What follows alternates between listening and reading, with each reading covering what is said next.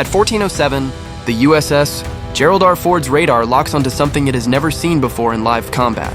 Not a drone, not a cruise missile. A Sejil-3, Iran's newest ballistic missile, descending from 180 kilometers at Mach 13.6. Time to impact, 5 minutes and 12 seconds. 3 interceptors have already been fired. 3 interceptors have already missed. The close-in defense system has fired and failed. The Admiral has ordered the emergency turn. Every option is exhausted, and the missile is still coming. This is not a story about the missile. This is a story about one officer, 2 decks below the fighting, who spent 4 minutes building a solution.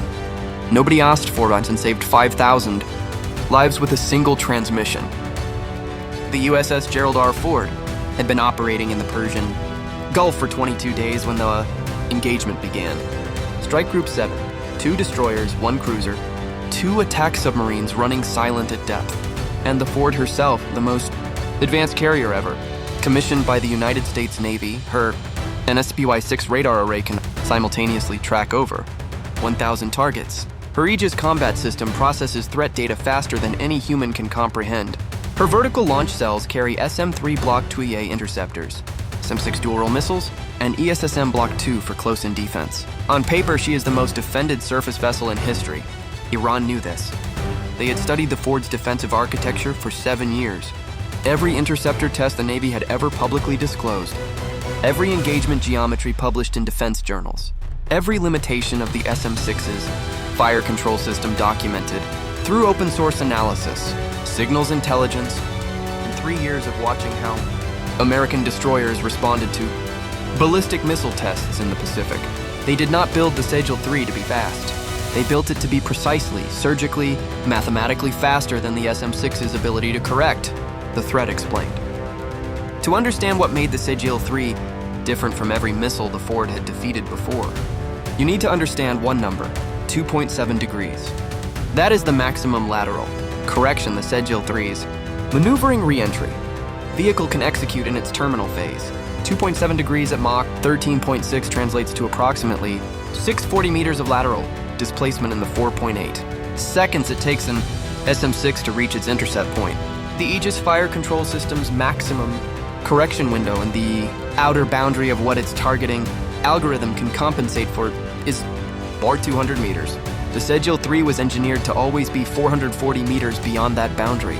Not faster, not invisible, just permanently precisely out of reach.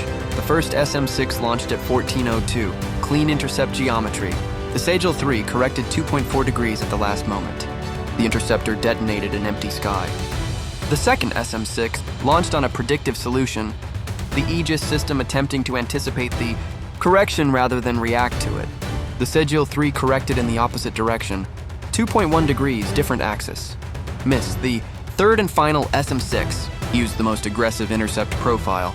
The system could generate a near head-on approach designed to compress the correction window to under 1 second. The Sejil-3 waited until 2.8 seconds before impact, then executed its maximum correction authority.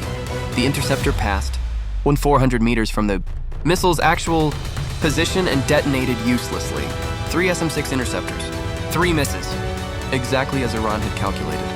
The Phalanx CIWS came online at 14:05 as the Sejil-3 entered its inner defense envelope.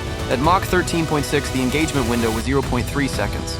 The system calculated an intercept, probability of 1.7% and fired anyway, 4,500 rounds. 2 decks below the Combat Information Center, in a compartment that most of the Ford's crew could not locate. On a diagram without help, Lieutenant Commander Diana Reyes had not looked up from her console in 11 minutes. Reyes was the Ford's senior electronic warfare officer. Her job, her entire professional existence, was signals.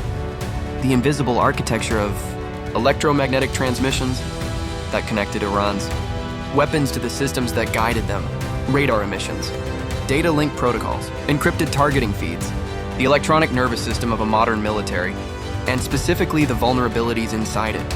She had detected the anomaly at 14:01, 1 minute before the first SM-6 launch.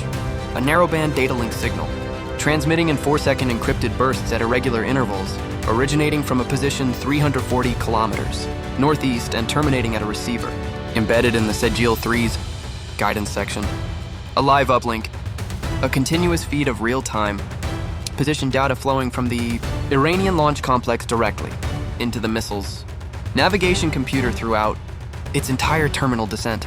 Without that uplink, the Sejil-3's guidance system would be navigating on its last confirmed position and the I-Ford's location at the moment. The data link went silent. It could not correct to a moving target, could not reacquire, could not compensate for an evasive turn. The uplink was why the Sejil-3 was uncatchable. Not just the speed, not just the maneuvering, the live feed. The missile always knew exactly where the Ford was because someone on the ground was continuously telling it. Reyes had spent 4 minutes and 9 seconds doing something she had not been ordered to do, had not been authorized to do, and had not told anyone she was doing. She was building a spoofed copy of the data link signal, a false transmission on the exact encrypted frequency, formatted to match every authentication protocol the Iranian guidance system would check, carrying a single piece of deliberately false information. The Ford's current position, offset by 900 meters to the northwest, the technical challenge was not the encryption. She had broken the frequency within 40 seconds of detecting it. The Sejil-3's data link used a variant of a protocol she had studied 2 years earlier during a joint exercise with Allied signals intelligence units. The challenge was authentication. The Iranian guidance computer would validate every incoming transmission against a rolling key sequence embedded in the missile's pre-launch programming. A spoofed signal that failed authentication would be discarded.